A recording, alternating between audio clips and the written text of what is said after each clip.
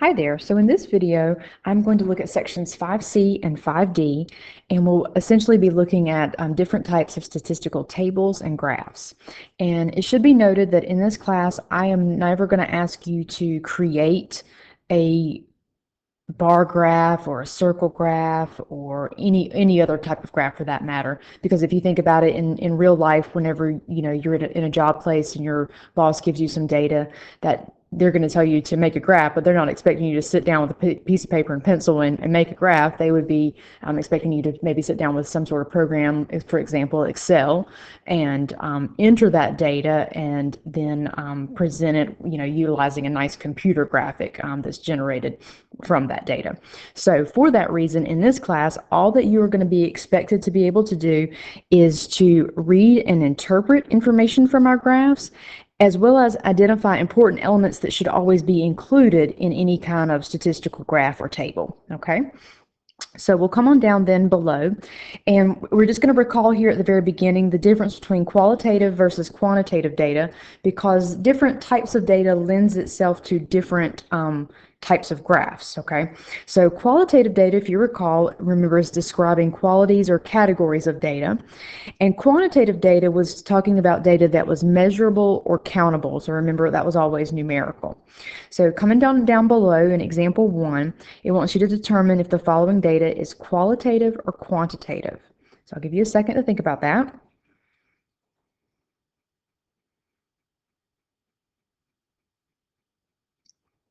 And hopefully you agree then, here in letter A, brand names of shoes in a consumer survey, folks would answer with Nike, Adidas, and so on. And so those answers there would be qualitative answers.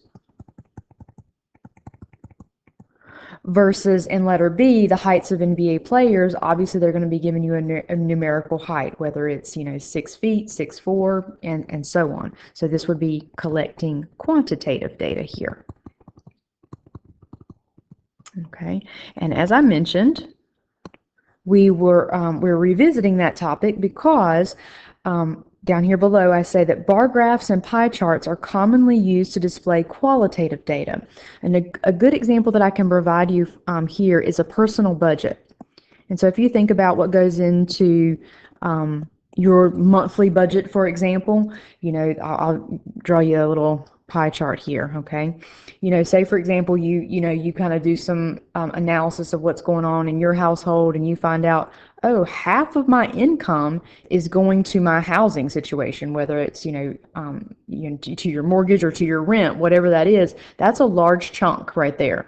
And then you're saying, oh gosh, and then I'm giving just a teeny slither here to my so I'll call this house, and that little tiny sliver there, I'm going to say, well, that's for savings. And then maybe you've got some more that's going to entertainment. Of course, you've got to have food, and there's all kinds of things obviously that fill in gas, that make up someone's budget. Okay, but that gives you a nice visual representation that, hey, maybe I need to look at putting more into savings, for example. Okay. A histogram and line charts are best for quantitative data, so our numerical data here. So a good example that I can give you for this one would be stock performance. So if you happen to be invested in the stock market, then you maybe could have an idea of why that would be the case, because you think about, here's the value of your stock, and here's time here on the x-axis, and we look at our stock. And then it maybe it started out high, and it went through a period of time where it was down low, and then it shoots back up and kind of zigs and zags, and that's a good representation of like I said, that quantitative data there. Okay.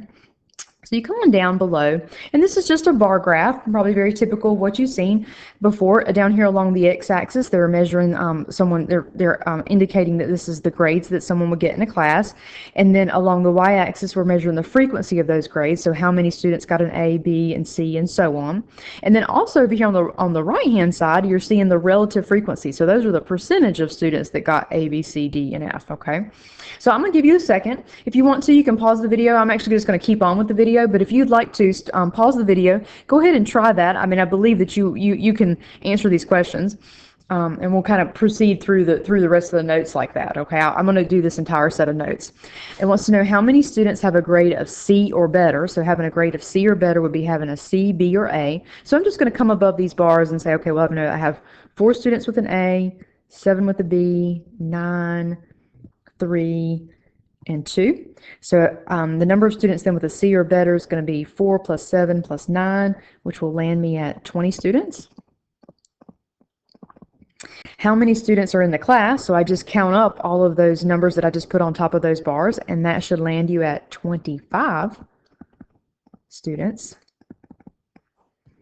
And then lastly, in part C, it wants to know what percentage of our students have less than a C in the class, okay? I'm going to approach this 2 ways. I'm first going to go back to the formula that we used in the last unit. I told you there was very little carryover in this class. This is one of those little small carryovers from the previous unit to the next unit. This part equals percent times whole. So we want to know what percent of our students have less than a C in the class. If they have less than a C, then that means they got a D or an F. So we can tell them that's 5 students. So that's part of the class, those 5 students, and the whole here would be representative of how many total students were in the class, and we just identified that above in part B, so that's 25 students there, and we're trying to figure out what percent that is. So we just want to solve for x now. I'm going to divide both sides by 25. That cancels out. X equals, if you divide that in your calculator, of course, you're going to get a 0.12, but remember, since you're solving for the percent, you'll need to multiply it times 100, and that should land you at 12%. Okay, so 12% have less than a C in the class. Another way you can look at this, because this particular graphic provided us with those percentages, we can say then that, I just goofed. 5 divided by 25 is 0.2. 0.2 times 100, that's 20%. My apologies. I'm just going to correct that real quick. Sorry about that.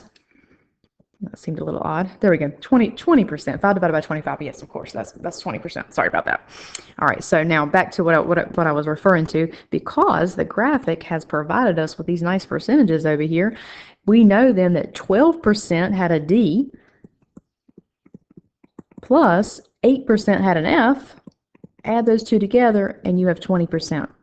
But as you probably can already surmise, not every graph provides you with these nice percentages sitting over here on the right. So I wanted to revisit the formula, okay, that we knew. All right, on the next page, we're going to be picking up circle graphs. And by the way, I didn't put a bunch of bar graphs here in our notes because I know that you've seen these before and they should be very straightforward. But if you need extra assistance with them, please come see me, okay? On the next page, we're going to be picking up circle graphs. And so just common things to make sure that with a circle graph, these are things that need to be included. It should have a title, telling you what we're talking about for that particular circle graph. Everything should be labeled, okay? And you should have a key or legend if there's any kind of graphics. And for pie charts, make sure that those wedges have the percentages associated with those, each of those wedges, okay? So let's flip it on over. On the next page, like I said, we're hitting our pie charts here. This is looking at the most popular pies to have at Thanksgiving. So again, I encourage you, pause the video, try this example, and then you can flip it back on, and I'm going to be going through it. So looking at here in part A, it says which pie is most preferred. So I just look at the graphic here, and I can see I'm looking for the highest percentage, and hopefully agree here that apple pie has the highest percentage. So that's the most popular. What's the least preferred? So that would be looking for the smallest percentage. And so if you're kind of glancing around here, hopefully you see it's this one right here up at the top, and that is chess pie. Honestly, I've never had it before, but I've had other students tell me that that's a very rich pie. But I honestly I have never had that one. Maybe you have. In part C, it says if 1,500 people were surveyed, how many would say that they prefer blueberry pie? So we're going to have to use our formula, part equals percent times whole, and let's plug in what we know. We know that that 1,500 people have been surveyed, so that's going to represent the total number of people. We also know from the graphic over here, the circle graph, we know what percentage of people prefer blueberry pie. So if we come over here, we can see then that that's 9%. Remember, when we used this formula in the last unit, the percent has to go in as a decimal, so 0.09. And we're trying to figure out, well, what part of that? So this is just a straightforward, pop that in your calculator, and that should give you 135 people. So out of those 1,500 people, we would suspect then that 135 of them would prefer blueberry. All right. We're going to move on down below then to histograms. So a histogram is essentially a bar graph, and it's still representing data that is quantitative, and the bars indicate the frequency of those observations within a particular class. So here in example 4, we're looking at the height of NBA players for the 96-97 season. Along the x-axis, we're measuring their height in inches. Along the y-axis, we're measuring the number of NBA players. So, for this first bar here, then what we're saying here is that we have 5 players that are between 72 and 75 inches tall. And then we move from 75 to 78, that's 6 players. 9, it's going down to 7. This one is 3, and that's, I'm just going to put those heights there for us, okay, or the count, the count for those heights. Now, part A says the most frequent height of NBA players for this season fell between what 2 heights? And so the most frequent, hopefully you agree, would be the highest bar. And so the highest bar is right here in the middle, and that's the constraints on that are between 78 and 81 inches. So 78 to 81 inches. That's the most frequent height. How many players were between 72 and 75 inches? So I just come over here, here's my 72 and 75. That bar measures up to 5 players. Part C wants to know how many players are included in this graphic, so I just need to add up all of those numbers in blue that I have there, and that should give you 30 players. And then lastly, in part D, it wants to know what percent of our players were over 78 inches tall, and we'll round to the nearest tenth. So I'm going to use that formula again. Part equals percent times whole. And I'm trying to find my percent, so I'm going to put my X in the percent spot. We know how many players were over 78 inches tall. So here's your 78 mark. Let me erase here. Here's my 78 mark.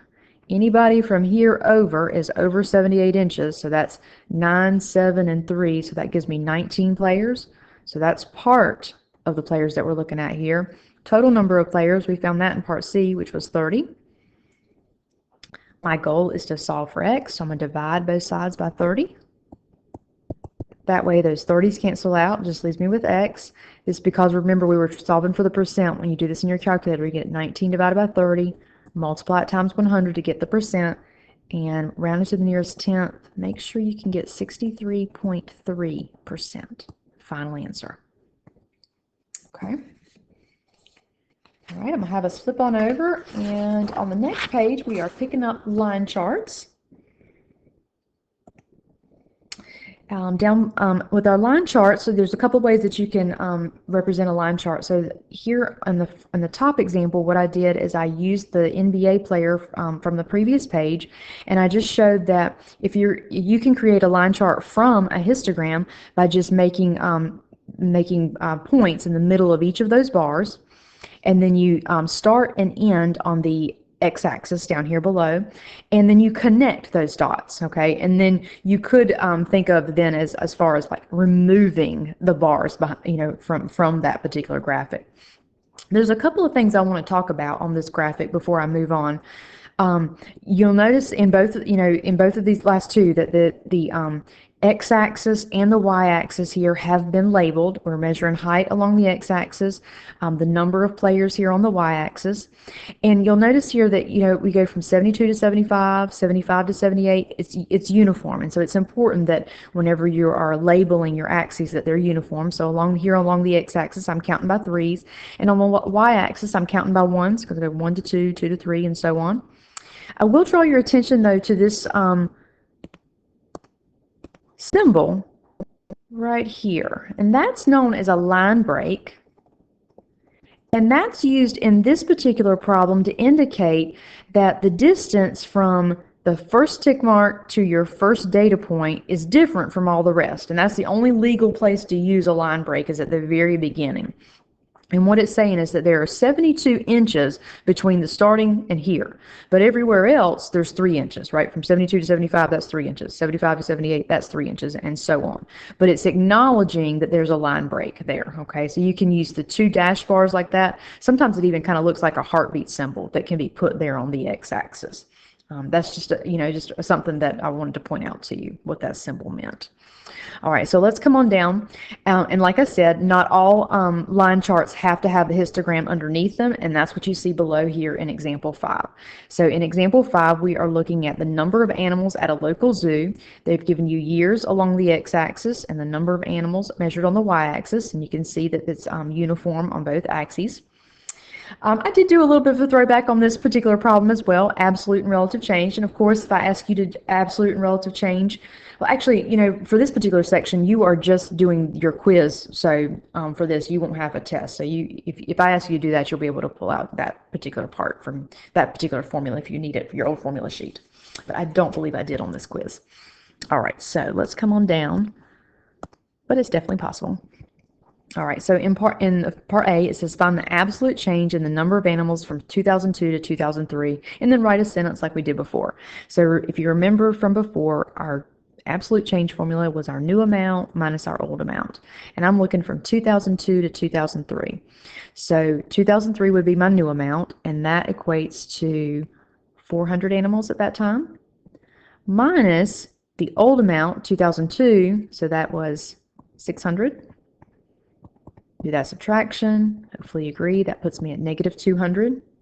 So what that means then is that the zoo's population, I'm just going to abbreviate POP, the zoo's population increased or decreased.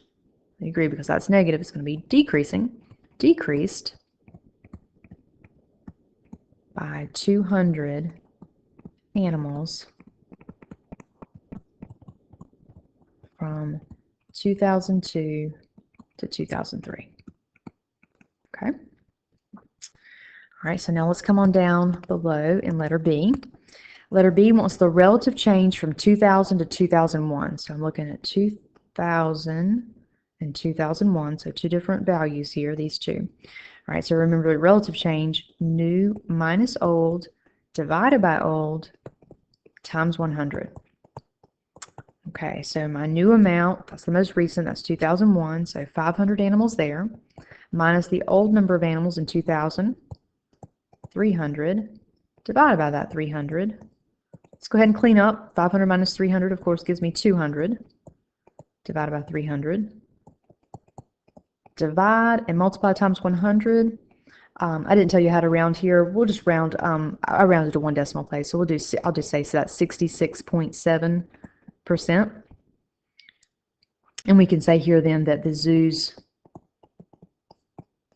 population, because that's positive, increased by 66.7%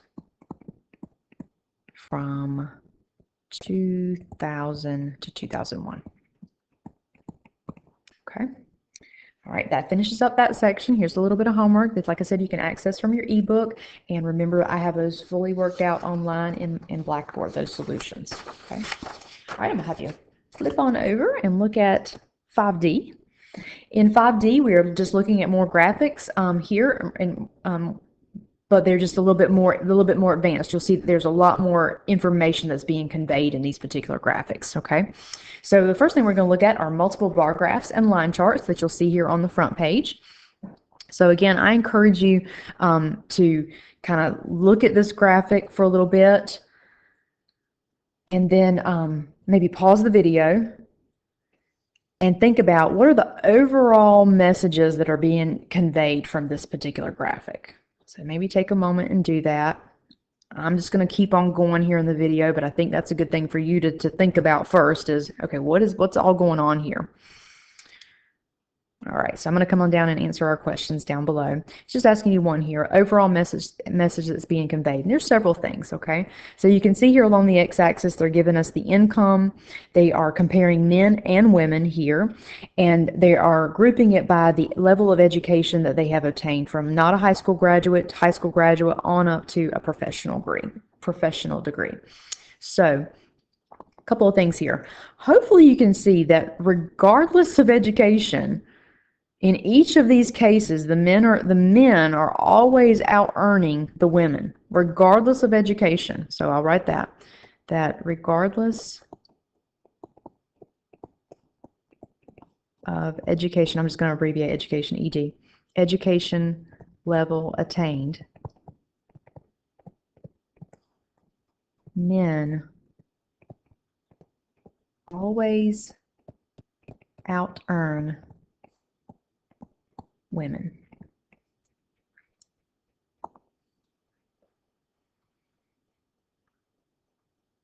Maybe another thing you pointed out that you could see is that obviously also what was happening is with more education, what happened to their salaries? We agree they all increased. So with more education, again, I'm going to abbreviate that education. With more education, salaries, though, did increase. Salaries increased for both men and women.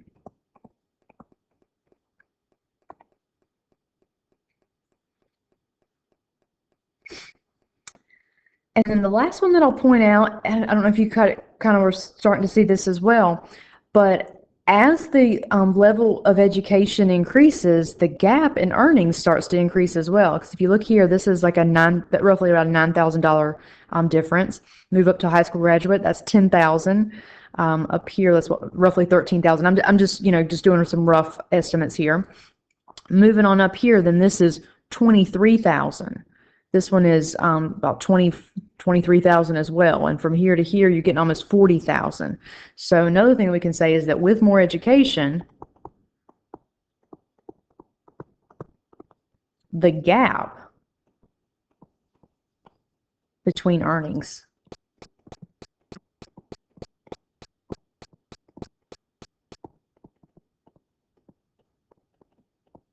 for men and women,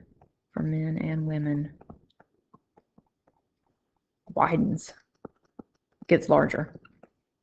Okay. You may have said some other things as well. Those were just some of 3 bullet points that I said, were overall messages. Okay. All right, I'm going to come on down to multiple line graphs. Again, I encourage you to pause the video, kind of take the graphic in before answering and before, kind of seeing me just go through it. But here with the multiple line graph, we are we're looking at years along the x-axis, unemployment rate here on the y-axis, and you're looking at a bachelor's degree on the bottom, some college or associate's degree above that, high school grad above that, and not a high school grad at the very top, okay? So hopefully one thing that you can see here is that this obviously all represents unemployment, but hopefully you can also see here is that overall trends in unemployment are increasing or ebbing and flowing with one another, right? It's not like that unemployment only affects those that don't have a high school education, right? So it affects everybody, because when everything's going down, all levels of education are going down, and when they go up, everybody's going up, and likewise when we're going down and back up. And so the way I would kind of word that is that overall trends in unemployment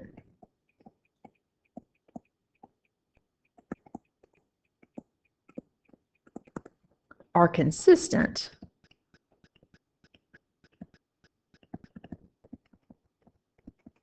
across all levels of education. Are consistent across all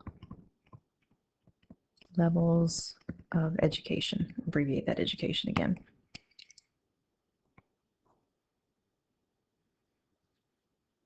And then maybe another big one that we're seeing here is that the lower the education obtained, the higher the rate of unemployment. Okay, or you could say it the opposite way: the higher the education, the lower the unemployment. So I'll say here the way I said it the first time: the lower the education, the higher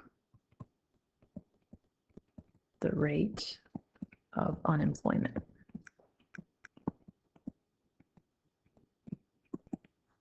Okay. All right, I'm going to move us on over to the next page, and we will go into stack plots. Stack plots allow you to present a lot of data within one graphic. So here you are looking at the average estimated undergraduate budget for full-time students from 2012 to 2013. But you're able to compare multiple campuses here. So you're looking at public, 2-year and 2-year commuter, 4-year in-state, 4-year out-of-state, and then a private 4-year on campus. Okay, and you're seeing this in color. I'm pretty sure your copies there are in color as well, if you got them in class. You can see here that tuition and fees are always the first block, and then it moves to room and board, other expenses, then books, and then lastly transportation.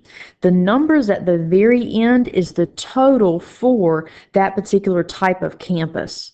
Okay, so you'll notice they've got it color coded for our wedges down here in the legend, and then at the very end they're telling you the total for. So they're saying the total for a public 2-year commuter student would be $15,584. Okay, and so on. All right, so let's come on down below and sort of think about these questions as well. And again, you might be a good idea to pause and try it on your own first. Part A wants to know what's the advantage of displaying this the information in the stacked form, and hopefully you would agree here that it allows for easy comparison of multiple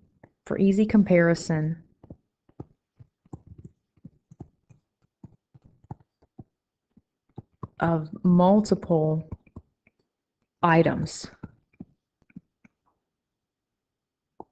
It also allows you to display a lot of data. So allows for a lot of information to be displayed. By being displayed, obviously it's being conveyed.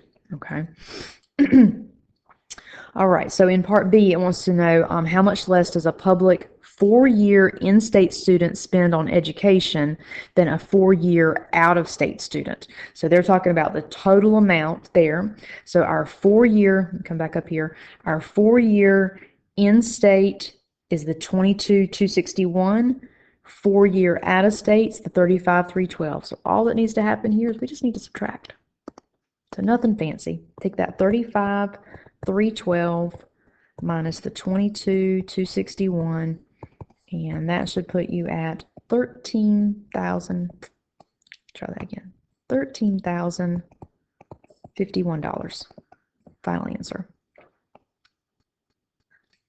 Now be careful though in part C. Part C just want to know what was the difference in tuition. So tuition only, so you're looking at that first block, okay, for your 2-year commuter and your 4-year public in-state, okay.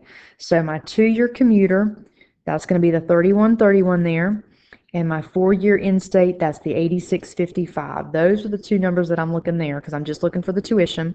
So I'm going to say the 8655 minus the 3131. And that should put you at 5524 difference. Okay. We'll flip it over then to the last page. On the last page, we are looking at just a couple of items here about characteristics of misleading graphs. And the first one is a perceptual distortion. And here, if you're looking at this particular graphic, you might not think too much of it, but if you really kind of dive into it and kind of dissect it a little bit more, let's think about this. So it says in 1980 the dollar was worth $1, and so they give us this dollar graphic here, and they're saying 10 years later in 1990 the dollar's worth 63 cents. Okay, and that's all right. It looks like it's a little bit more, obviously in size wise, it's a little bit more than half of that dollar, so that looks pretty good.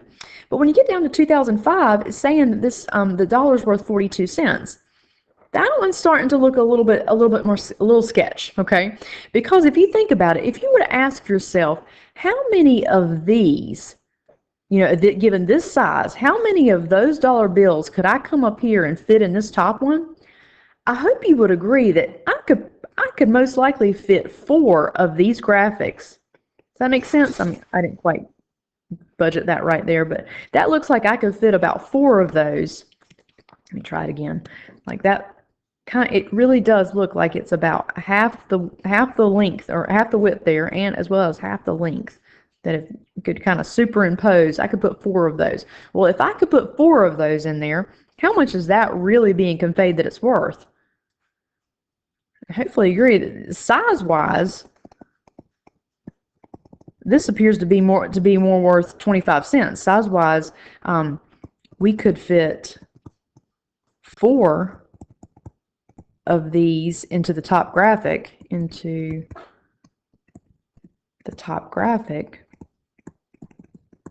making it worth really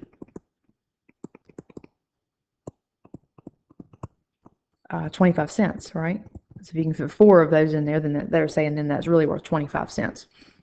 The problem with this particular graphic is they're not only decreasing the length, but they're also decreasing the width. It would have been fine if we had, if we had kept the same width on all of these and just decreased my length. Then it wouldn't have been an issue.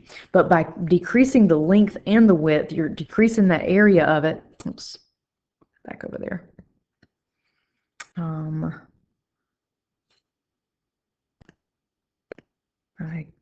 There we go. Sorry. Sometimes technology. All right. So my point here, and I wrote that over here in the graph, that the area of the bill is declining more significantly than the lengths, which makes this graphic a little bit misleading. Okay. Another big common misconception with graphs, or a characteristic of a misleading graph, is the scaling on the x and y axis. So this is looking at, down below, these 2 graphics are looking at women as a percentage of all college students. And so if you look at the graphic over here on the left, it makes it look like that in 1950, after 1950, it just started soaring for women going to college. But then if you come over to the graphic on the right, it looks like it's a more, steady increase. While it's still increasing, it looks like it's a more steady increase. And to be honest with you, this is actually the exact same data set. The difference is, if you notice over here on the left, look at the y-axis. The y-axis has been zoomed in. It started at 30, and you notice how instead of counting by 10s over here, they started at 30 and they're counting by 5s after that. So imagine taking this graphic over here on the right and zooming in on it, and that's what it would look like. The graphic over here on the right is actually the more correct graphic, because it starts at the 0.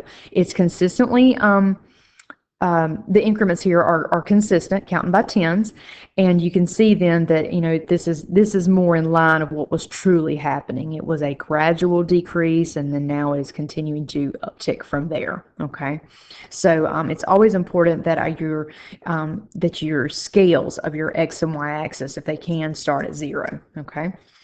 And that finishes this section, with the exception of the infographic. Okay, so let's move over to our infographic. And so the infographic that I chose for us was for Florida here. Let's see if I can get this. There we go. And so the infographics are becoming very, very popular. And with this particular infographic, this is all about Florida, okay? And there's a lot of information. I mean, if you thought that stack plot a few minutes ago had a lot of information on it, an infographic is basically that stack plot on steroids, because it has a ton of information in it, okay? So I could definitely encourage you to kind of take a look at that graphic and kind of peruse it first, and just so you can see all of the information there. And then we'll come back and come together and start answering our questions. Oops. On the Florida infographic. Okay. And what I'll do is I'm going to bounce back and forth between the graphic and our questions over here. So because what I'll do is I'm going to label these are labeled here 1 through 10. So I'm going to put a 1 through 10 on the infographic where we're finding our information. So in number 1, it wants to know how many more people reside in New York than Florida. So if I come to my graphic, that's right up here at the top. So I'm just going to put a number 1 right here. Okay, here's our data here for the number of people in Florida versus New York, and all that needs to happen is I just need to subtract for that one. So I'm gonna come back over here. So I'm going to take those 2 numbers. So that was the 19,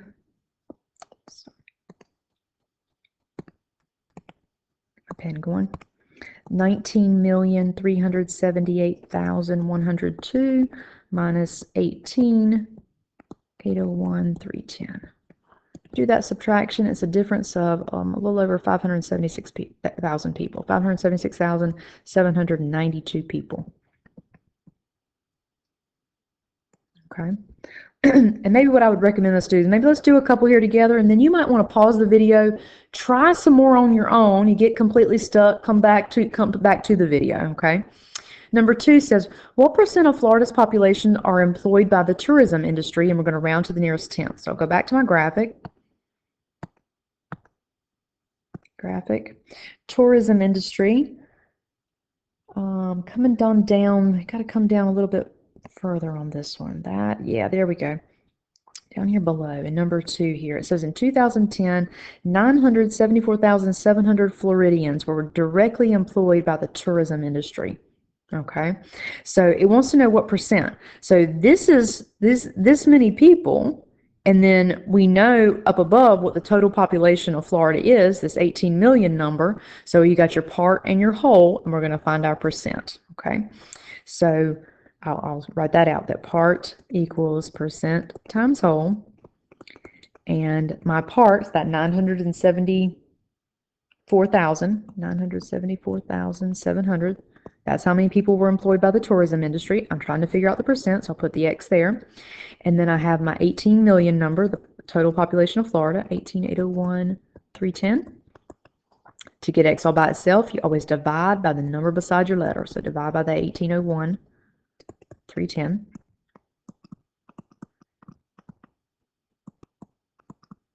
And then because you're solving for the percent, be sure you multiply times 100. I've got you rounded to the nearest tenths here, excuse me. So you should land at 5.2%. Final answer. Okay. I'm going to come on down to number 3. Number 3 wants to know how many square feet. I think I jumped the gun a little bit too quick for myself. How many square feet does Walt Disney World encompass? So in number 3, I think that's just below actually where we were on the infographic. So I come back down below here. It will let me. Here we go. There we go. Disney World down here, number 3. Right here it says that Disney World covers 47 square miles. So essentially then all that needs to happen is I want to convert these 47 square miles to square feet. So I'm going to come back here. I've got my 47 square miles, and I want to convert that to square feet. So to get rid of miles, we put miles on the bottom and go to feet. You remember from your formula sheet from before, there are 5,280 feet in 1 mile. Now remember, this unit is squared, so that means these units are squared, and if those are squared, then what we pull off of our formula sheet have to be squared. That way, then those square miles cancel out, and the only unit I have left is square feet, which is exactly what I want. So you could just do this in your calculator all at one time. 47 times 5280 squared, so 5280 is going to get squared, times the 47, and that should put you at 1,310,284,800 square feet.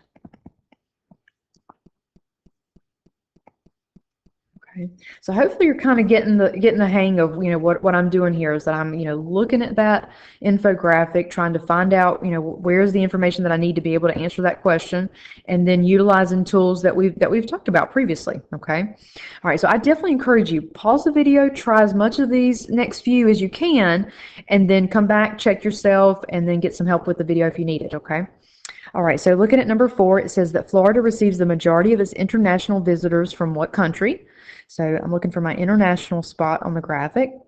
And so I just need to come up a little bit. And here, right here in the middle here, we start talking about our international visits there. And so I'm just looking for which one is the highest, and hopefully agree that 3.1 is the highest. So just pluck that off. It's just Canada.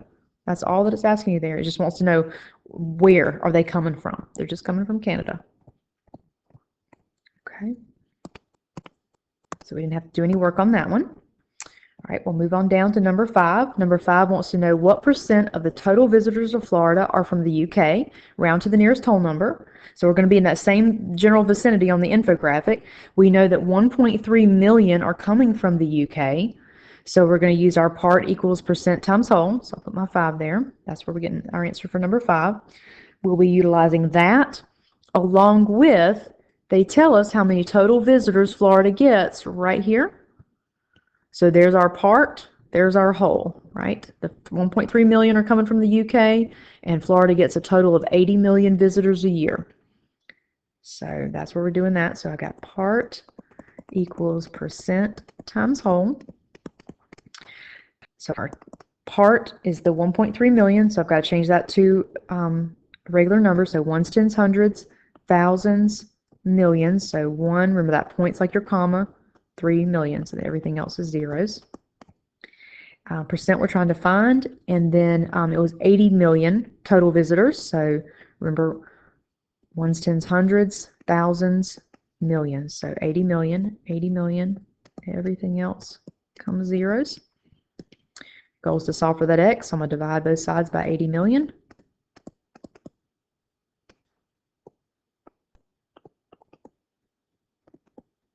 Solving for the percent, so multiply that times 100.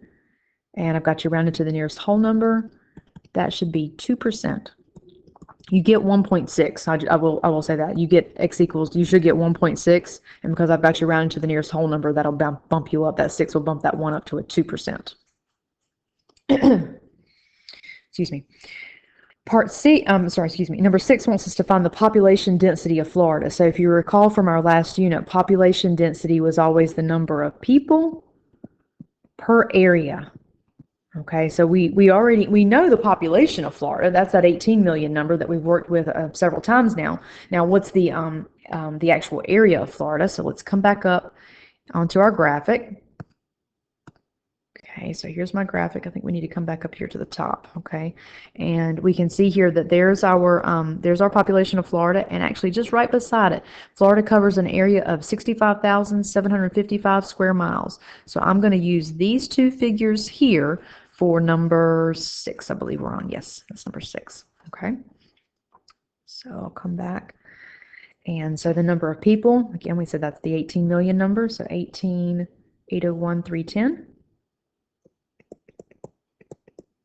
Divided by that area of 65,755 square miles. I've got you rounded to the nearest whole number. I'll give you an intermediate step. When you divide there, you should get 285.93. That 9 is going to round me up and say, okay, then I'm talking about 286 people per square mile. Final answer. Okay. We'll move on down to number 7. On average, how many people visit Florida beaches each day? So if we come to our graphic, you'll notice here that they tell you that they have 20 million visitors a year to those beaches. I'll circle that in there, and that's going to be the statistic that we're going to use there for number 7. 20 million visitors a year, and we want to convert that to days. So we know that we have 20 million, excuse me. So remember our ones, tens, hundreds, thousands. So there's our million, 20 million. So that's our visitors in 1 year, and I want to convert this to days. So we can go from years to days. To get rid of years, you got to put years on top. And we know that there are 365 days in 1 year. That way then years cancel out, and that would be visitors per day. So take the 20 million and divide it by 365. And that should put you, and I've got you rounded to the nearest whole number, so that should put you at 54,795 visitors per day. Okay. Move on down to number 8. 8 wants to know what percent of Florida's total land area is occupied by Disney World, and round to the nearest hundredth. So in number 8, we know that we previously found, I'll get back to our graphic. come down here below. We previously found that Disney covers 87 square miles, and then we also know from above the total land area of Florida was that 67,000. So we'll also use this again for number 8. We'll use those two figures. We'll do our part equals percent times whole. So Disney would represent part, so that'll be the 47 square miles. Percent we don't know, and we know the total mileage there, square miles, was 65,755. Divide.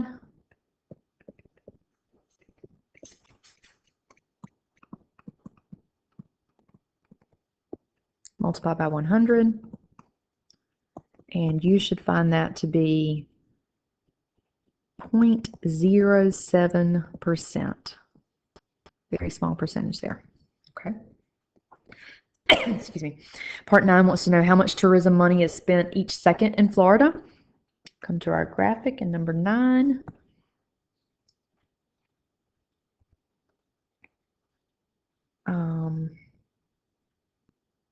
There we go. You see here with the dollar signs?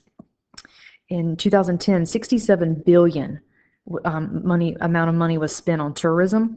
So we know that 67 billion was spent in that year. We want to convert that into seconds, I believe. So 67 billion. So ones, tens, hundreds, thousands, millions. Here's your billions. So 67. Put in all the zeros. That's the amount in 1 year. And then we want to convert that to seconds. So go from years to days. Get rid of our years, put years up top. Goes to days. There are 365 days in a year. That way years cancel out. I'm going to get rid of days. We'll put days on the top and go from days to hours. We know there are 24 hours in a day. Get rid of hours. Go from hours to minutes. There are 60 minutes in an hour. And then lastly, go from minutes to seconds. And there are 60 seconds in a minute. Multiply straight across. You get the 67 billion up top. Over on the bottom, when you multiply all of that together, you should get 3,153,6,000. Now, ultimately, when you do that division, you should land at $2,124.56 per second. And that was just 2010. Okay. Lastly, we'll wrap it up here with number 10. It says if one orange produces 2 ounces of juice, it wants to know how many gallons of orange juice could Florida provide. And you may have already seen the orange icon up here at the top. If I can get it to come back up here. There we go. This is where we're going to need number 10. It tells you that Florida produces more than 135 million oranges per year. Okay, so we want to figure out then, I think, how many gallons that they would be producing. So 135 million oranges, so 135 million oranges.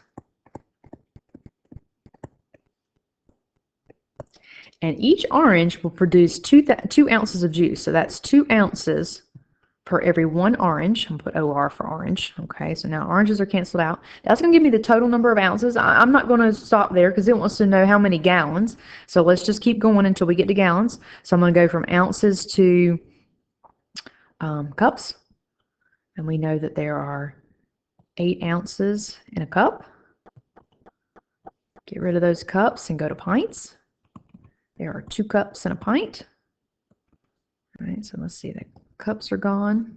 The ounces are gone. Get rid of those pints. Put pints on the bottom.